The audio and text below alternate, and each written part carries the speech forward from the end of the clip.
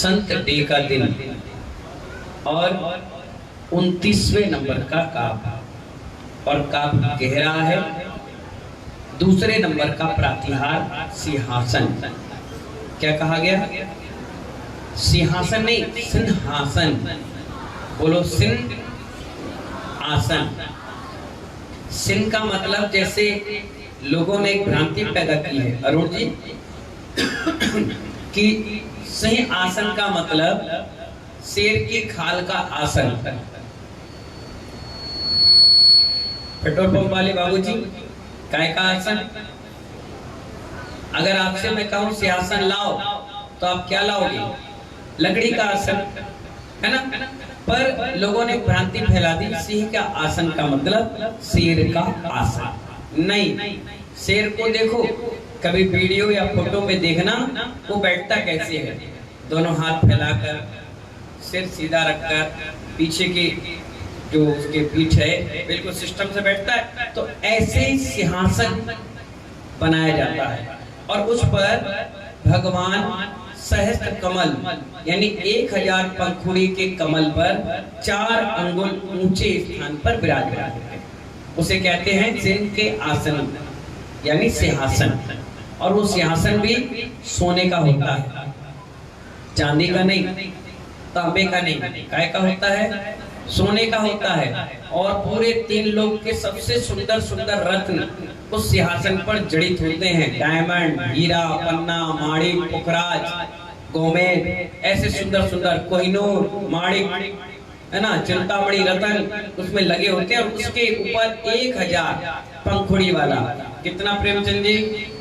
दीपक कितना?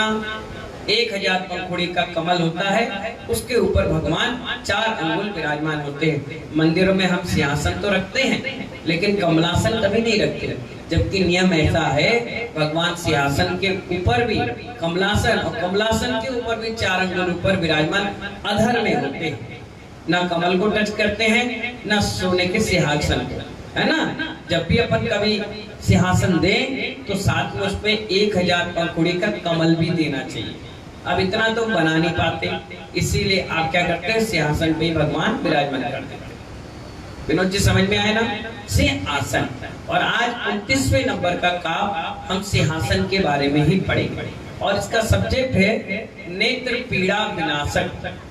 आज आंखों का चेकअप है और संयोग ऐसा बैठ गया कि आज ही नेत्र पीड़ा विनाशक के नाम पर ये काव्य निकल कर आ गया। आज हमारी जैन मिलन स्वतंत्र बहुत अच्छा कार्य कर रही है। मुझे डबरा में कोई कार्यकर्ता मिला चाहे ना मिला, जैन मिलन स्वतंत्र वाकई में वेरी नाइस पर्सन, जिन्होंने चतुर्मास के साथ साथ महानुभाव मानव सेवा भी कार्य कर रहे हैं। कभी नेत्र परीक्षण, कभी कैरियर काउंसलर, कभी कोई कार्यक्रम, कभी भोजन व्यवस्था, कभी कुछ बहुत अच्छे कार्य कर रहे हैं। नए युवा हैं, उनके लिए भी मेरा बहुत बहुत आशीर्वाद है।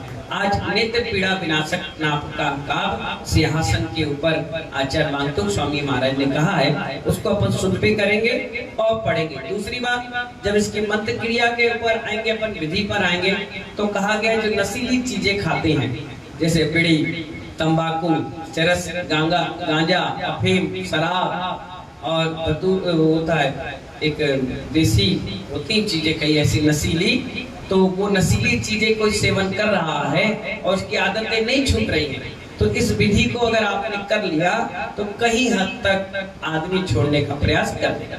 एक प्रश्न है आपसे, ये माला है, इसको किसने पकड़ा? ये माला को किसने पकड़ा है? हमने पकड़ा। अगर हम छोड़ेंगे तभी तो ये छूटेगी। खंबे को तुम पकड़ लो राजू और कहो कि खंबा मुझे नहीं छोड़ रहा, तो लोग कहेंगे मूर्ख इंसान है, तू छोड़ तो छूट जाएगा। जब मन में आ जाए ना नशीली चीजों का त्याग करने के भाव, तो इस मंत्र तंत्र और काव्य की कोई आवश्यकता नहीं, आप यूं ही छोड़ दो। आपके सामने उपाध्याय वैष्णव सागर जी बैठे, इन्होंने अपने जीवन में कभी तंबाकू का सेवन नहीं किया, कभी सुपारी नहीं खाई, कभी सिगरेट नहीं पिया, कभी शराब का सेवन नहीं किया, कभी अभक्ष नहीं खाया जो बाजार में मिलते हैं। नहीं, बाजार में कैसे, जैसे होटल थोड़ा बहुत खा पी लिया, बाकी बैठना उठना सभी के साथ था। सब खाने पीने वाले दोस्त मित्र थे, लेकिन आज तक हमने उसको टच भी नहीं किया। पता नहीं कौन सा पुण्य योग था कि हमने कैसे, कोई अगर बीड़ी पी रहा हो तो मैं दूर हट जाता था।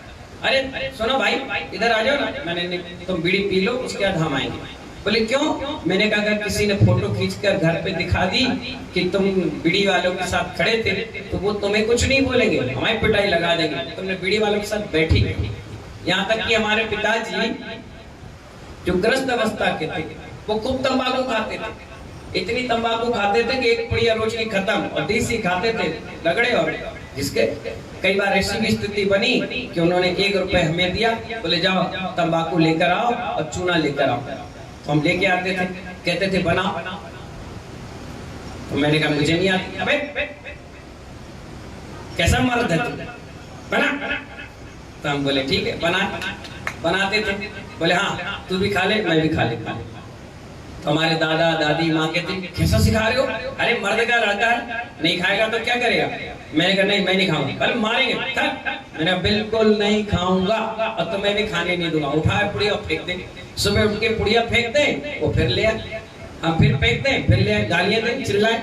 लेकिन महानुभाव मन में दृढ़ता थी और उसका फर्क इतना पड़ा रानू भाई, इतना पड़ा कि जिस दिन हम ब्रह्मचारी बन गए और दीक्षा के लिए निकल रहे थे तो सब लोग रो रहे थे, बिलख रहे थे।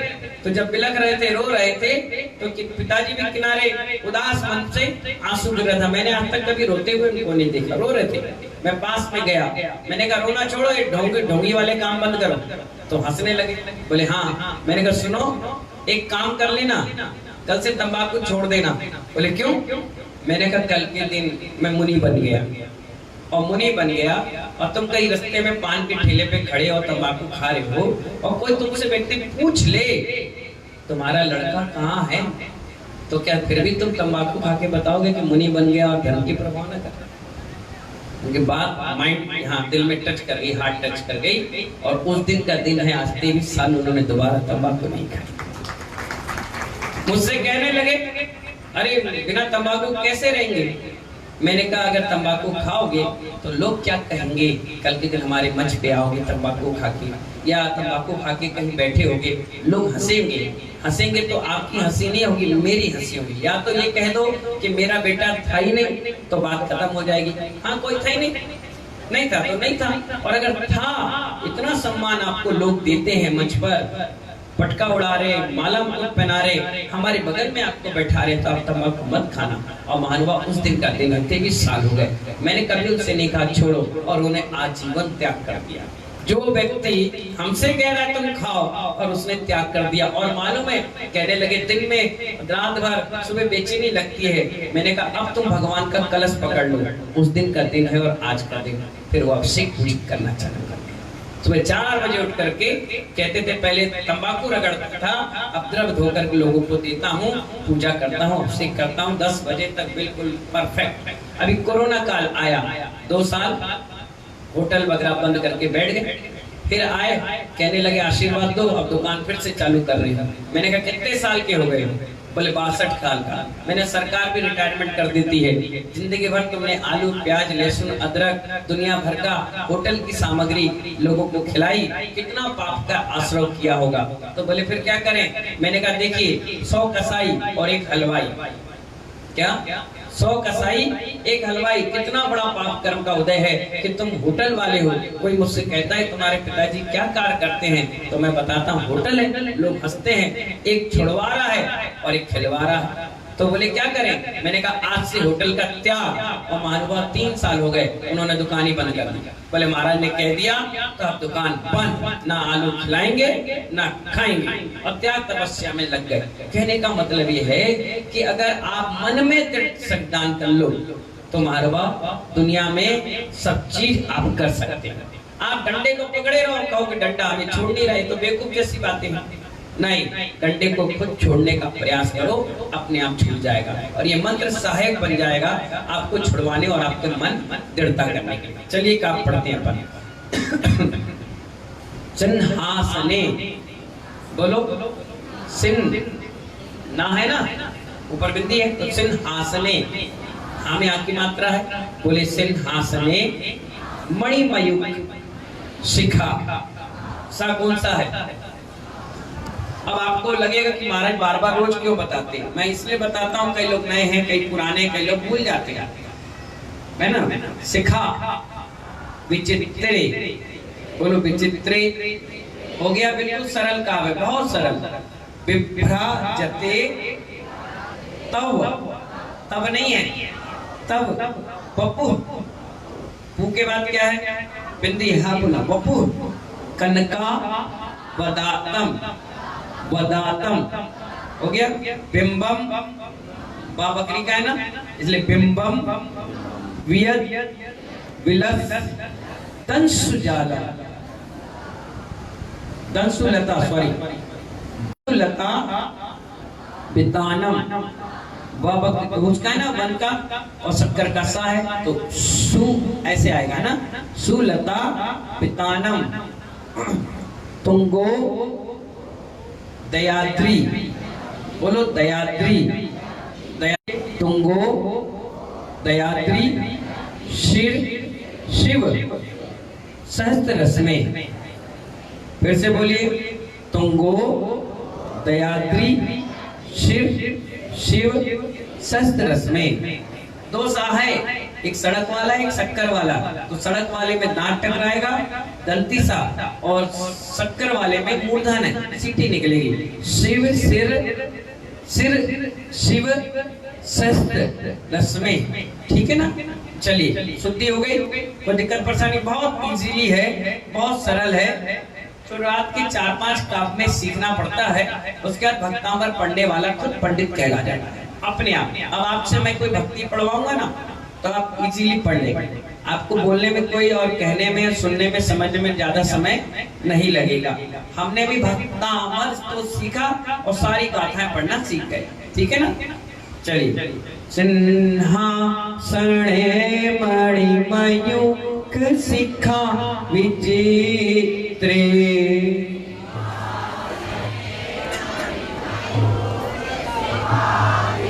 फिर से, सिंहासने मणिमयूख शिखा विचित्रे।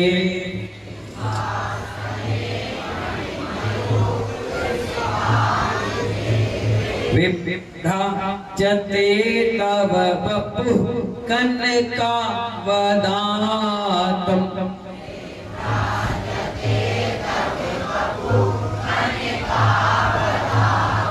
विभ्राजते तव वपुः कनका वदातम्।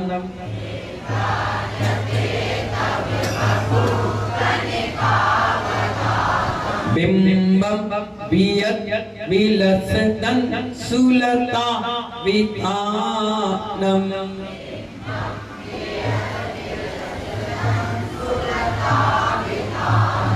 बिंबम वियद विलसदं सुलता वितानम।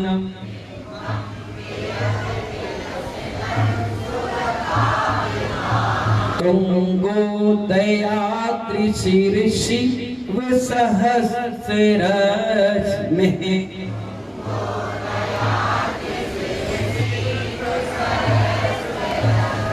रश्मि नहीं, रस में के बाद दो बिंदी है, में, ठीक है।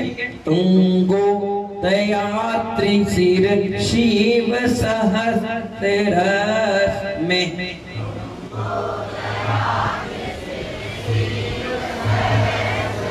बहुत बढ़िया, सभी लेडीज पढ़िए। सिंहासने विभ्रा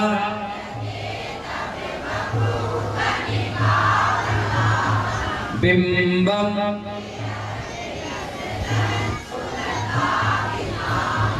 तुंगो। सारे जेंट्स, सिंहासने, जोर से, विभ्रा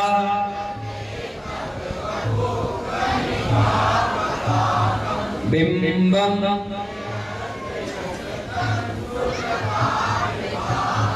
तुंगो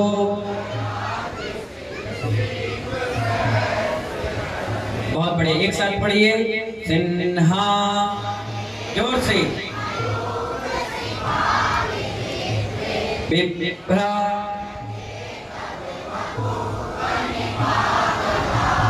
बिंबम,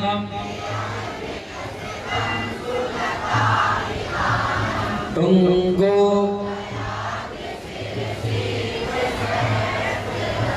बहुत बढ़िया, जोरदार ताली बजा दीजिए। सब लोग सीख गए, अब शायद हमारी जरूरत नहीं है आपको, है? मतलब रोटी खिलाई तो पूरा वसूलोगे, नींबू को निचोड़ निचोड़ कर चूस चूस कर छिलका तक का रस निकालोगे, तब कहोगे हाँ अब नींबू का शरबत भी आनंद आएगा। कोई बात नहीं, हम भी तैयार। चलिए इसका भावार्थ समझिए।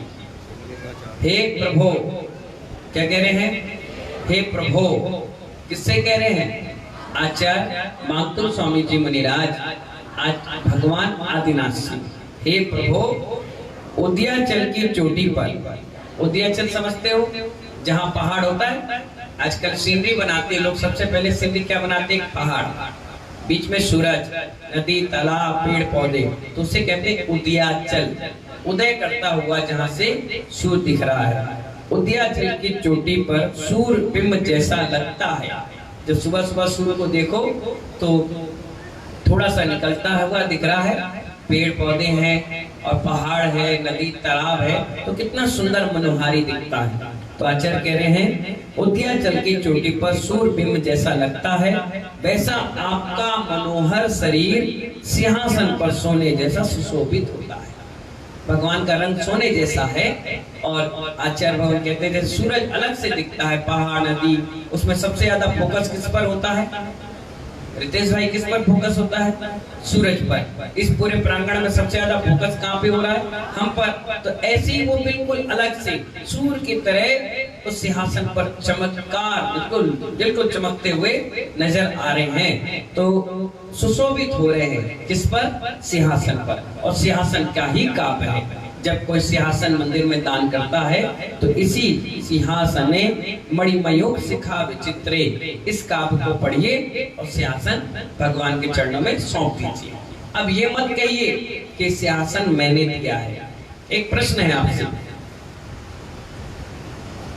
मंदिर में मूर्ति कब तक तुम्हारी है? मूर्ति तुम्हारी कभी हो ही नहीं सकती। विजय कुमार मोदी जी, भगवान कभी किसी के नहीं होते।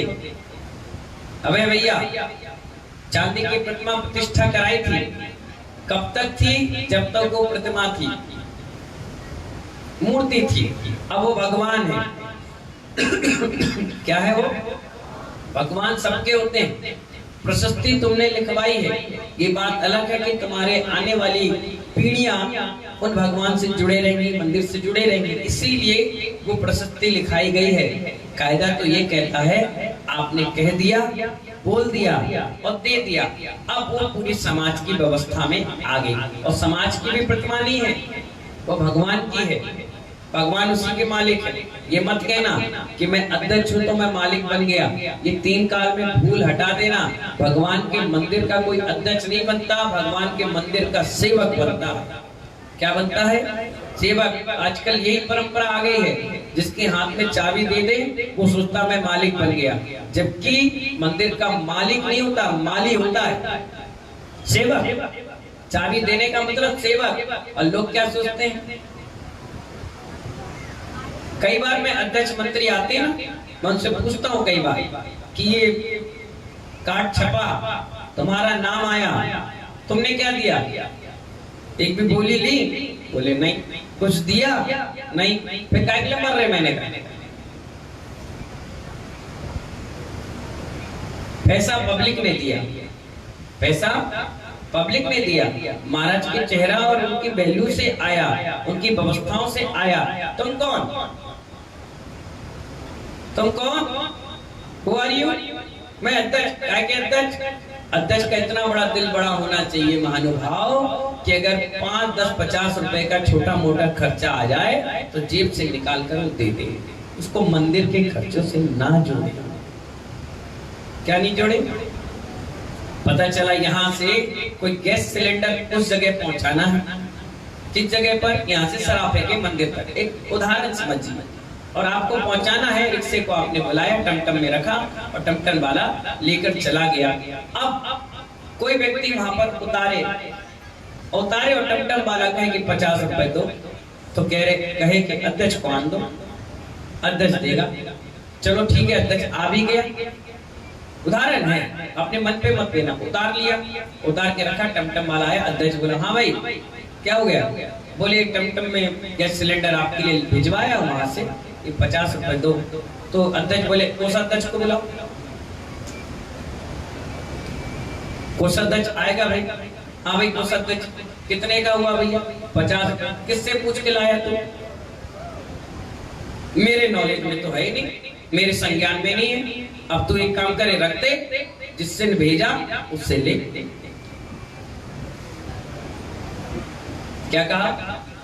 जिसने भेजा उससे ले। वो बुरा भाई साहब 50 रुपए दिन भर कमाएंगे नहीं, 50 तुम्हारी बातें सुनेंगे। एक काम करे, मंदिर का है ना, मेरी तरफ से फ्री, जाओ, एहसान कर दिया।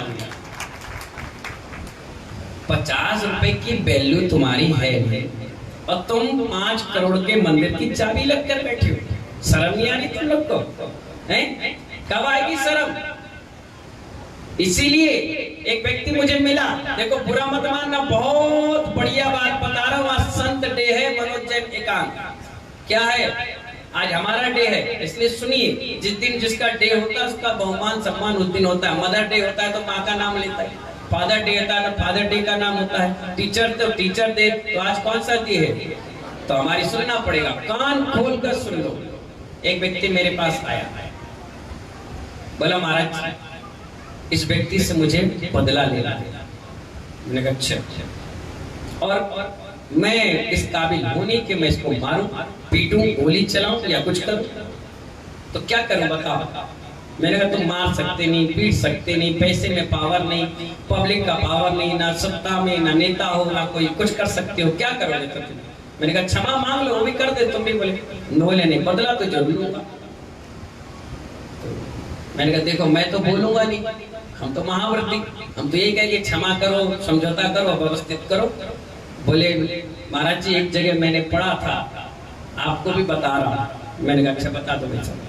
हम बहुत सरल लोग, हमें बता के चले जाते हैं, पर जब मैं माइक में बैठता हूँ तो मैं भी बता देता हूँ, मैं नहीं छोड़ता, मैं पेट का बहुत साफ था। तो महानुभाव एक हफ्ते की बात, वो वापस आया, बहुत खुश होकर के आया, नया फ्रिज लगा के कपड़े पहन के आया। मैंने क्या बात है, आज बहुत खुश हो? तो कह रहा महाराज जी मेरा बदला पूरा हो गया। बदला पूरा हो गया? क्या किया तुमने? बोले चुनाव हुए थे मंदिर में, मैंने ट्रस्टी का अध्यक्ष उसको बना दिया। मैंने कहा तुमने तो बहुत अच्छा काम किया, अध्यक्ष बना दिया। बोले बहुत अच्छा काम नहीं किया महाराज जी, जो मंदिर के अध्यक्ष मंत्री कोषाध्यक्ष बनते उनके घर की हालत देख लो, सब सड़ के मरते। एक भी अध्यक्ष दीक्षा ले, संयम ले, त्याग करे तो बता दो। अब मेरा बदला पूरा हो गया, मैंने ऐसी चिंगारी लगाई है कि 2-4 पीढ़ी के बाद पूरा वंश नाश हो जाएगा। मुझे खुशी मिल रही है, मैंने उसको ट्रस्ट का अध्यक्ष बना दिया। कहीं तुम ऐसे फंस तो नहीं रहे?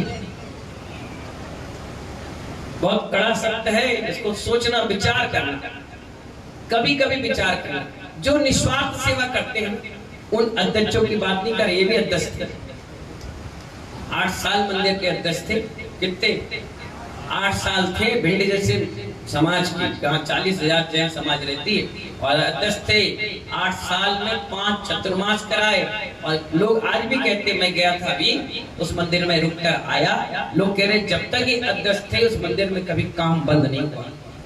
और ये भी कहते थे महाराज पैसा आया और हम मंदिर में लगा देते थे, हम रखते नहीं थे। हमने कहा रख के करेंगे क्या, लोगों ने दिया है तो उपयोग करो, तुरंत लगाओ। तो लोग इनका चेहरा देखकर, पदमचंद जी पहले नाम था इनका, पदमचंद जी का चेहरा देख करके खूब करते थे और खूब लोग देते थे। आज भी जब मंदिर में गए, इनका बड़ा अच्छा स्वागत हुआ, वहाँ प्रवेश हुआ, तो लोग कहते थे हमसे महाराज श्री ये जब से अध्यक्ष चले गए मंदिर में काम नहीं हो पा रहा। अब इनको 3 बड़ी शिखरें बनाई, 3 शिखर बनवाई, तो आज देखो खुद शिखर पर बैठ गए। ये फर्क पड़ता है। जो निस्वार्थ सेवा करते हैं, निस्वार्थ भक्ति करते हैं, उनके मंदिर की सेवा से उनके घर परिवार पनपते हैं। और जो निस्वार्थ सेवा नहीं करते, सिर्फ पद के लोलुपता होती है, वो कभी भी आगे नहीं बढ़ पाते, फेल हो जाते हैं। मैंने कई बार देखा, कई उदाहरण देखा। तो इसीलिए मेरा कहने का मतलब ये है, जहां आपके हाथ में चाबी आए तो उस मंदिर में पहले कह दिया करो, उस अध्यक्ष को बनाया करो जिसका दिल बड़ा। अब कई बार ऐसा होता है कि आपने किसी को भेजा, जा भैया ये काम करके आ जाओ, जयपुर चले जाओ।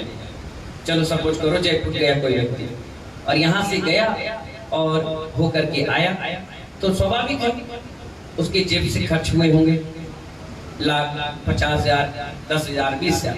तो एक कभी कभी मन में चिंतन आता है। देखो मेरा चिंतन है, मैं किसी को थोप नहीं रहा कि भाई आप यहाँ से गए, हो करके आए, खा पी करके आए, रह करके आए। सपोज करो 2,000 रुपए आपने अपने ऊपर खर्च किया, तो क्या घर में रहते तो वो 2,000 रुपए अपने ऊपर खर्च नहीं कर पाते आप? भाई खाना तो आप खाते, नहाते, सोते। अब वहां गए तो देखो भैया यार गाड़ी बड़ी अच्छी चाहिए। यहाँ डबरा में थे तो टूटी वाली टमटम में घूमते थे, फटफटिया में। क्या अगर 2 मिनट कहीं रुके तो चाबी बंद कर देते, पेट्रोल खर्च नहीं हो जाए। और यहाँ से जब गए तो क्या कह रहे हैं, वो आर्टिका गाड़ी लाओ यार, इसमें जर्क नहीं लगे। अच्छा भैया काय के लिए जा रहे हो तुम? चंदा लेने के लिए। काय के लिए जा रहे हो? मूर्ति लेने के लिए। काय के लिए जा रहे हो? निमंत्रण देने के लिए, जर्क नहीं लगे। अच्छा, और एक काम करना, एसी जरूर लगाना। तो क्या है, गर्मी बहुत है। अच्छा भाई साहब, एक बार तुम्हारे घर की फोटो भेजना, टूटा वाला पंखा में पूरा परिवार सोता है, और वो भी कैसा, घर रुक गया, उसको लात मारे, तब जाके वो चला। टूटे वाले पंखे में रह रहा है, लेकिन मंदिर के खर्चे से जा रहा है तो एसी चाहिए। अब वहां गए तो घर में बिना चिपड़ी वाली रोटी खा रहा है और एक सूखी सी दाल। अरे भाई साहब पनीर लाया, जयपुर आया। अच्छा भैया होटल कैसी चाहिए? यहाँ तो जमीन में सो रहा, फटा सा गद्दा, बदबूदार। अरे भैया 1,200 रुपए वाले कमरे में रह के आएंगे, थोड़ा अच्छा लगना चाहिए। सोचो कहाँ जाओगे तुम, कहाँ मिलेगी जगह तुम्हें? और वहां से जब आए तो मेरे पास खड़े हो गए, महाराज मूर्ति ले आए हम। अच्छा, बहुत बड़ा पुण्य का काम किया आपने। हाँ महाराज जी, अब मुझे कहाँ जगह मिलेगी? मतलब नीचे। नीचे क्यों मिलेगी जगह? क्या किया तुमने? मूर्ति लेने गए थे कि अपना खर्चा पानी व्यवस्था बनाने गए थे? नहीं मिलने वाली आपको जगह। वहां भी हाउसफुल है, तुमसे अच्छे वहां पहले पहुंच गए, वहां रिजर्वेशन कोटा हो चुका पैक, वहां भी जगह नहीं है, कहाँ जाओ? इसलिए कहा जाता है कभी किसी मंदिर के अध्यक्ष बनो, मंत्री बनो, तो अध्यक्ष मंत्री मत बनो, सेवक बनो, खूब सेवा करो, भैया भक्ति करो भगवान की, खूब अच्छी बढ़िया। जितने मंदिर में सेवा भाव से जुड़े रहोगे उतनी ज्यादा तरक्की करते रहोगे। मैं पर्सनली आपको बता रहा हूँ, मैं आज तक 16 साल घर में रहा, मैं आज तक कभी किसी कमेटी में नहीं जुड़ा, ना युवा मंडल में, ना समाज की टीम में, ना कुछ। मैंने तो आज तक मामा भवन मामा सुन रहे हो, आज तक वोट भी नहीं डालने गया। 16 साल में निकल आया। 18 साल का जिस दिन हुआ तो हमारे नगर में विधानसभा का चुनाव हो रहा था, और एक श्वेतांबर जैन थे, मनोज बाफना, अभी भी हैं, नेता हैं। तो वो चुनाव में खड़े हुए तो लोगों ने कहा कि आपके जैन समाज का व्यक्ति खड़ा है, तुम वोट डालने नहीं जा रहे? मैं खड़ा हो गया, तैयार हो गया, ब्रह्मचारी था। मैंने कहा चलो आज वोट डाल के आएंगे, जीवन में पहली बार वोट डालेंगे। बहुत खुशी थी। मारा बोले चुपचाप बैठ जाओ। मैंने कहा वोट नहीं डालने जाए। बोले अब तुम त्यागी वृत्ति हो गए, ना तुम्हारा राग है और ना तुम्हारा द्वेष है। अगर मोहन बापना को डालोगे तो रेखचंद बापना नाराज होता है, और रेखचंद बापना को डालोगे तो मोहन नाराज, और दोनों तुम्हारे जैन समाज, दोनों तुम्हारे समाज की। नहीं तुम्हें कुछ नहीं करना। मैंने कहा महाराज 2 घंटे बचे, डाला दो। बोले बिल्कुल नहीं। मैंने ठीक है नहीं, अब वोट नहीं, अब लगोट खोलने का दिन आ गया। मैंने कहा ठीक है भैया छोड़ो, ना वोट ना खोट, हम तो लंगोट पे रहो। तो महानुभाव, इसलिए हमने वोट भी नहीं डाला। इसलिए मैं बड़ी दबंगाई से कहता हूँ, सोचो समझो विचार करो और मत का उपयोग करो, लेकिन ऐसा मत करो कि उसका नाजायज फायदा उठाए। इसलिए आपसे मेरा कहना है महानुभाव, बहुत अच्छी तरीके से आप अध्यक्ष बने, कोई दिक्कत थोड़ी, मंत्री बने, कोषाध्यक्ष बने, खूब अच्छी सेवा करे। समाज तुम्हें इस्तीफा मांगे नहीं, लोग ये कहेंगे नहीं वंस मोर, क्या कहें, एक बार और ये इस्तीफा लेके बैठे तो लोग इनसे कहे नहीं मतलब तुम ही बना जाओ। जबरदस्ती 10 दिन पहले दीक्षा फाइनल हुई और इन्होंने बोला भैया अब तो मुझे जान दो, अब तो मैं दीक्षा लेने जा रहा हूँ। सबसे बड़ा उदाहरण इनको देख करके आपको सीखना चाहिए, हमारे विश्व शांत सागर जी महाराज को देख करके, कि अध्यक्ष व्यक्ति भी इतना बड़ा त्याग। आज के समय में रुपया पैसा दौलत मकान जमीन तो आदमी त्याग कर सकता है, लेकिन पद नहीं छोड़ सकता। ये सबसे टिपिकल चीज है, पद छोड़ देना यानी बहुत बड़ा बात हो गई।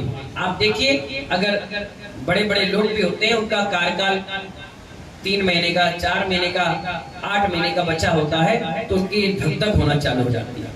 अरे यार अब अध्यक्ष पद चला जाएगा, अब अध्यक्ष पद चला जाएगा, अब अध्यक्ष पद चला जाएगा। नहीं, हमारे यहाँ आचार्यों ने कहा है, आचार्य और उपाध्याय पद भी एक ऐसा पद है जो लास्ट में तुम्हें छोड़ना पड़ेगा। अगर नहीं छोड़ोगे तो तुम्हारी समाधि भी असमाधि में बदल जाएगी। इसीलिए रात के जब हम लोग सोते हैं ना, तो सब कुछ त्याग करके सोते हैं। अगर वायदा में रात के चले गए, इस दुनिया से विदा हो गए, तो कम से कम इस पद का दोष तो नहीं लगेगा। इसलिए जितने भी अध्यक्ष मंत्री और कोषाध्यक्ष हैं या समिति कार्यकारिणी में हैं, तो मैं उनसे भी कहना चाहता हूँ, लाइव टेलीकास्ट के माध्यम से मैं बता रहा हूँ कि घर में रात के जब सो, तो जैसे चप्पल उतार देते हैं ना, ऐसी पद को उतार करके रख देना चाहिए और अपनी पत्नी और बच्चों से कहना चाहिए, देखो भाई मेरी सब चीजों का त्याग है, रात के अगर मर गए तो मुझे इस चीजों का त्याग ले लेगा, मेरा इस्तीफा पहले फ्री, और अगर चले भी गए तो महानुभाव इस बोझ तले दबके नहीं जाओगे, त्याग रहेगा बिल्कुल। और कोषाध्यक्ष से भी हमेशा मेरा कहना है, हिसाब किताब साल और 2 साल और 3 साल में कभी मत किया करो। एक भी कलम ज्यादा या कम हो गई तो महादोष के भागी बनोगे। इसलिए कहना है, सुबह हुआ शाम के अपडेट कर लीजिए और शाम के हुआ सुबह, जिससे अगर वायदा में तुम कहीं दुनिया से चले गए तो हिसाब किताब तो बिल्कुल सही छोड़कर जाओगे, नहीं तो लोग ये कहेंगे मर गया साला मंदिर में खा गया।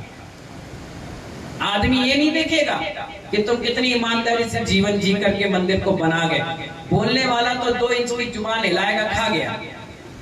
इसलिए मैं क्या करता हूँ नीरू भाई, हमेशा चतुर्मास की दीपावली के दिन या दीपावली के बाद जब मेरा बिहार होता है, तो मैं कोषाध्यक्ष और मंत्री अध्यक्ष को खड़ा कर देता हूँ। मैंने कहा बोलो भैया, सबके बीच अपनी बात बताओ।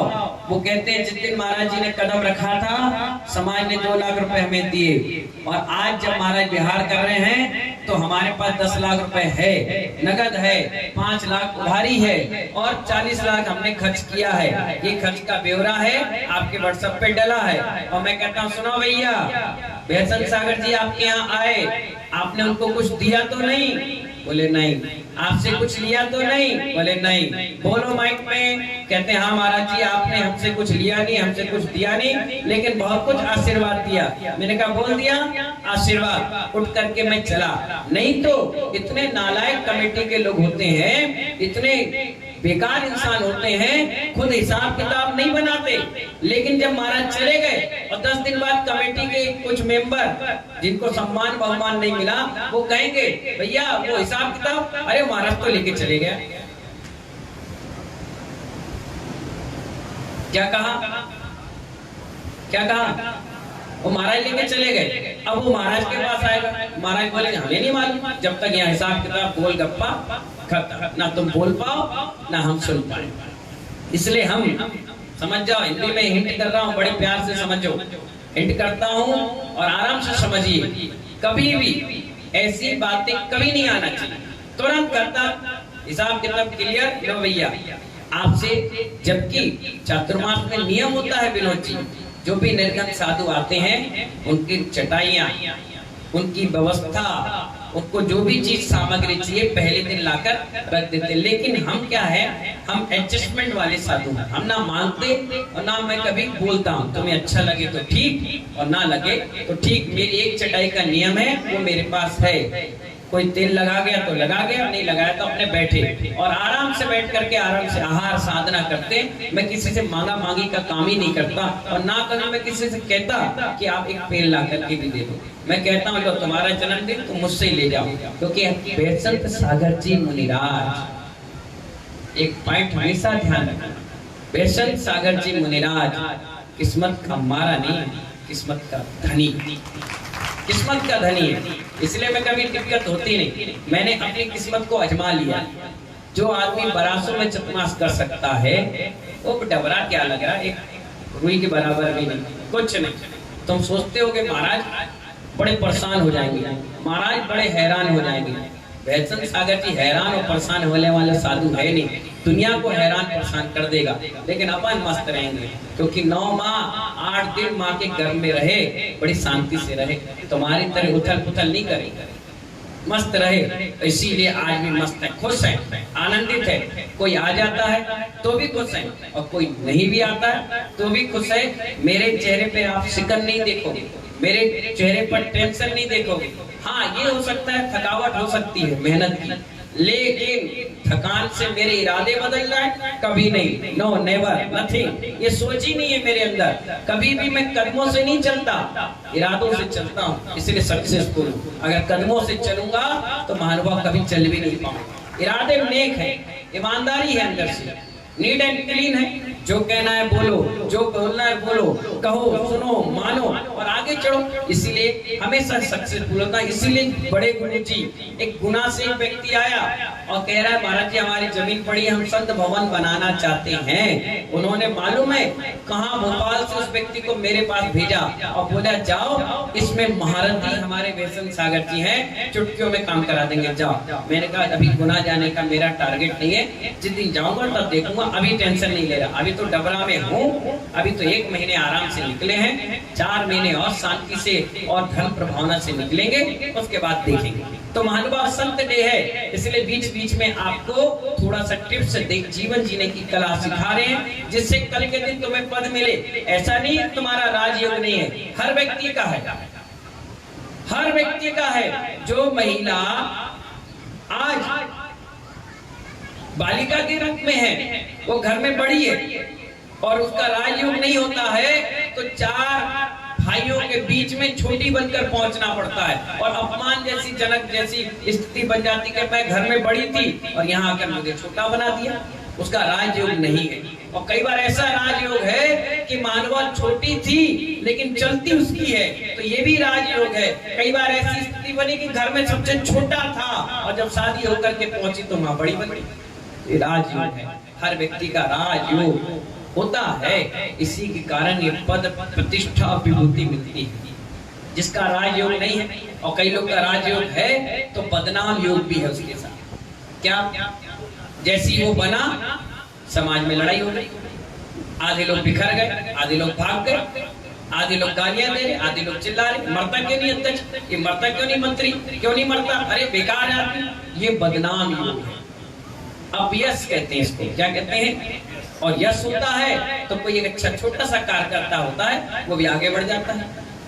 इसीलिए मैंने कहा ये नाम कर्म प्रकृतियां हैं, यश अपयश भोग उपभोग, कई चीजें ऐसी है जो कर्मों से जुड़ी हुई है, हम समझ नहीं पाते, लाइटली ले लेते हैं इसको, जबकि ये बहुत वजनदार शब्द हैं। जिस दिन इस चीजों को समझ लोगे बड़ा आनंद आएगा, बड़ा खुशी होगी।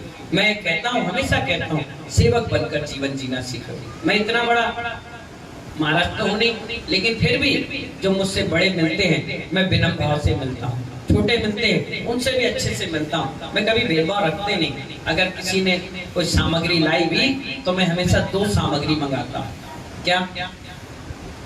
2। मैं कहता हूँ ये भी तो महाराज है। कई बार ऐसा भी होता है, महाराज किसी ने हमें सामग्री दी और मैंने देखा महाराज बैठे हैं बगल में, मैंने कहा इनके मन में कोई बात ना आ जाए, तो मैं कहता लो महाराज, महाराज कहते नहीं हमें जरूरत, अरे रख ले लेंगे बाद में, 10 मिनट की खुशी तो मिलेगी। कई बार ऐसी भी स्थिति बनती है, कोई गिफ्ट पैक करके लाता है और मैं लाता हूँ तो हमारे सेवक हैं दीपक भाई शुक्ला जी, कम को देते लो खोलो। अरे आपके लिए आया है। मैंने कहा ले तो मैं लूंगा, नहीं खोल तो लो। इतनी खुशी मिली उनको, महाराज ने गिफ्ट हमसे खुलवाई, भले वो रखेंगे नहीं लेकिन क्या मिला उनको, पिच्ची बदलती है। बोली लेने वाला ले गया, व्रत लेने वाला ले गया। उसके बाद जब कार्यक्रम समाप्त हो गया, कई लोग खड़े ऐसे, मैंने कहा इधर आओ महीन भाई, इधर आओ, लो पिच्ची में हाथ। क्या मिला उनको, हमें क्या मिला? ना मैंने पिच्ची ली ना उन्हें पिच्ची दी।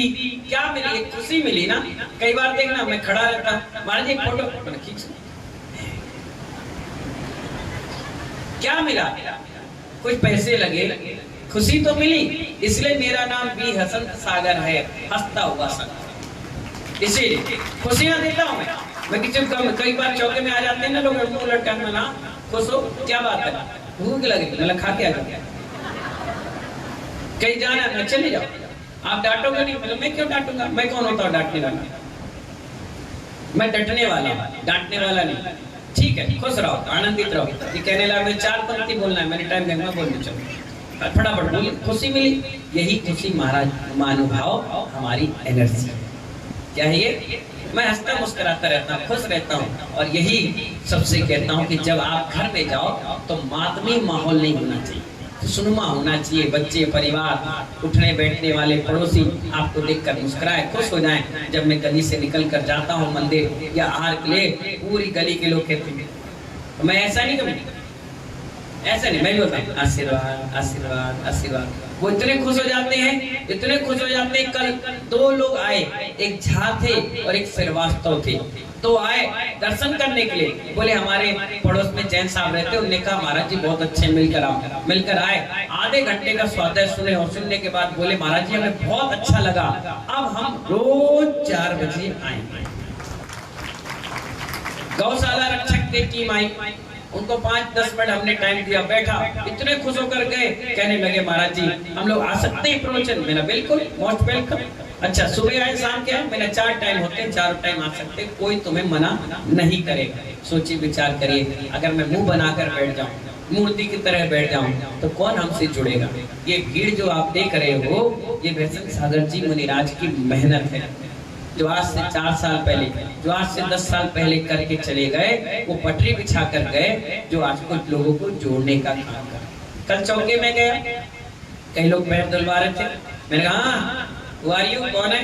बोले जैन। बोले कैसे जैन हो, आते नहीं मंदिर? वो बिजी है। बोले कोई बिजी जी नहीं चलेगा, 5 मिनट आना पड़ेगा। वो आए, मैंने शाम के 1 मिनट में देखा, कहाँ पीछे बैठे, मैंने वहीं से आशीर्वाद दे दिया। उसने तुरंत मुझको शाम के पकड़ लिया, महाराज जी आपने मुझे देख लिया? मेरा बेटा तेरे बाल कितने हो बता देंगे, बाल बता दो? मैंने हाँ बताएंगे नहीं, लेकिन बताएंगे नहीं, मुझे मालूम है तुम आ गए थे। मेरी नजर में सब रहता है, सब रहता है। कब तक? जब तक आपके बीच में रहता हूँ। और जिस दिन कमरे में बैठता हूँ तो मैं सब भूल करके अपने आप में उतर जाता हूँ, मुझे कोई मतलब नहीं होता। पारे की तरह जिंदगी होती है, कोई पकड़ नहीं पाने वाला, उलझी पहेली होती है संत, कोई सुलझाने वाला नहीं है, इसलिए तो संत को उलझी पहेली कहते हैं। ठीक है ना? तो अपन ने इसको मंत्र को पढ़ेंगे, रिद्धि मंत्र। ओम ह्रीं अरहं नमो घोर तवाड़ं रिद्धि सहित श्री आदिनाथ जिनेन्द्राय अर्घं निर्वपामीति। सिद्धि मंत्र पढ़िए। ओम ह्रीं अरहं नमो घोर तवाड़ं झों झों नमः स्वाहा। ऐसे ऐसी जो घोर तपस्वी है उन्हें मेरा प्रणाम। घोर तपस्वी समझ गए? उग्र बता दिया था, बहुत जबरदस्त साधना करते, उग्र यानी बहुत मस्त। और ये घोर हो गए। घोर का मतलब अंधकार है उसमें बैठ गए, ज्यादा उजाला है वहां बैठ गए, नदी तालाब गुफाओं में कंदर में अकेले बैठे, शांति से बैठे, घोर तपस्वी, बहुत जबरदस्त। मासूपासी कल पढ़ लिया था, ये घोर तपस्वी। ऐसे मुनिराजों को मेरा प्रणाम। ठीक है ना? अब सिद्धि मंत्र पढ़िए। ओम नमो नम्योड़ पासम विसहर पुलिंगम।